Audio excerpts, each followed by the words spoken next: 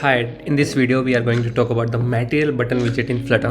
The Material Button is a customizable and convenient button in Flutter. It provides a material design to the touch to the button and with a prominent ripple effect upon press. Some of these properties are on pressed. Here we defined our logic, like what happens when we press the button.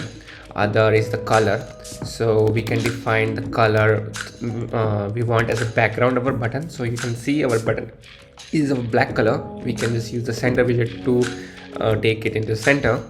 Other properties includes child property. So in child property we can define the text also or any other widget we want to use, and we just need to change the color to blue, and we can see our material button with the text widget as in child property. The other is text color, so we can define our text color, like what kind of color our text should be rather than defining it in a text widget. The other property is shape, so we can also provide shape to our button, like how we want it to look like. So if I go with rounded rectangular border, so it will have a rounded rectangular borders. We need to define the border side, so border side all equals to radius of circular 10, and after this we have a button with a rounded rectangular area.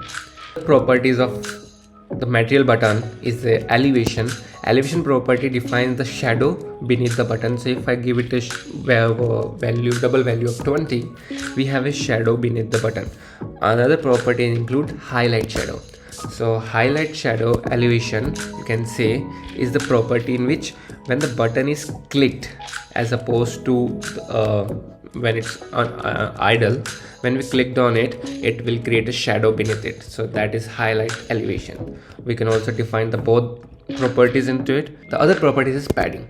Padding is the area inside of the button. So as we have defined it, we can see our button have increased its inside area as opposed to the outside. So we're gonna just go with a 20 value. So here we have defined our material button with the ripple effect and its normal properties that we can use. Thank you for watching.